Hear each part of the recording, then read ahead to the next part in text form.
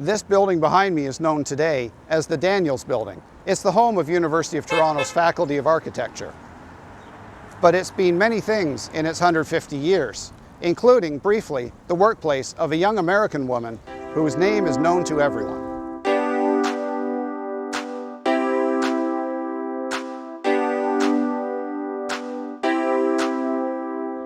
This building was originally constructed as the home of Knox College, a function it served for about 4 decades, until Knox College moved to a newer, bigger property elsewhere on the U of T campus around the time of the start of World War I.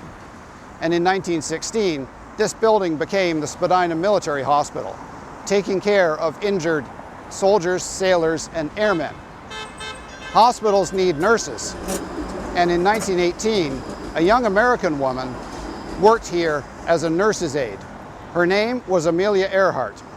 It is said that some of the stories she heard from the airmen she was treating contributed to her interest in aviation. During her time in Toronto, she also visited air shows and the Armour Heights airfield. I mentioned the Armour Heights airfield in my video about the history of aviation in Toronto.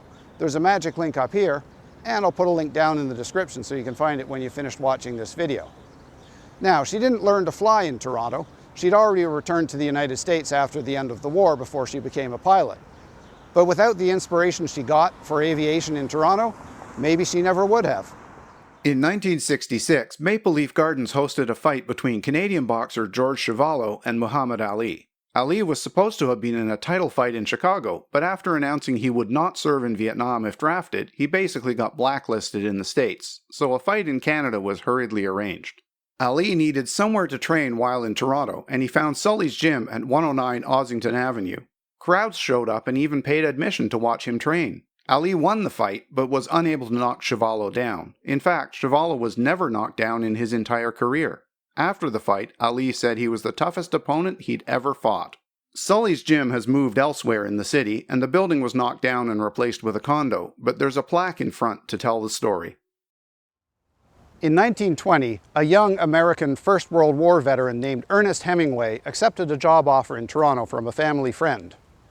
Later that year, he began writing for the Toronto Star. The following year, he continued writing for the Star even after moving back to the States, and later in the year he accepted the Star's offer for him to be a foreign correspondent, and he moved to Paris. While filing dozens of stories from Paris on topics as diverse as war and fishing, he also began writing fiction. He moved back to Toronto in 1923 and continued writing for the Star, but quickly discovered he liked Paris better than Toronto and being an author better than being a journalist. His first home in Toronto was right behind me, 153 Lyndhurst Avenue. And if you're thinking that looks awfully fancy for a young up-and-coming writer, you're not wrong. The family friend who offered him his first job lived here, and he put Hemingway up in his home. When he returned to Toronto, he briefly lived in the building behind me over there, 592 Sherbourne Street. It was originally built as the home for Charles Gooderham. Yes, the same Gooderham family as Gooderham and Wirtz, now known as the Distillery District, and the Gooderham Building, more commonly known as the Flatiron Building, which I featured in my video about tunnels in Toronto. Links in the usual places. At the time, this building was operating as the Selby Hotel, and it has since been moved closer to the street to make way for the large tower behind it.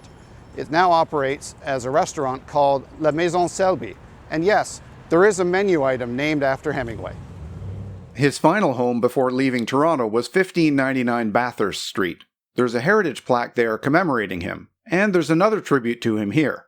The building is now named the Hemingway. In April 1968, James Earl Ray briefly lived at 102 Ossington Avenue. He had fled the States after assassinating Martin Luther King Jr. He'd also passed through Toronto a year earlier after escaping from prison in Missouri. Knowing that staying in one place increased the odds he'd be caught, he also rented a room in another rooming house nearby at 962 Dundas Street West. While he was in Toronto, a cop caught him jaywalking and issued him a ticket. Ray gave one of his fake names and the address 6 Condor Avenue, at the time a brothel, and apparently one where he had been a customer. SCTV is a classic Canadian TV series spawned out of Toronto's Second City comedy improv troupe.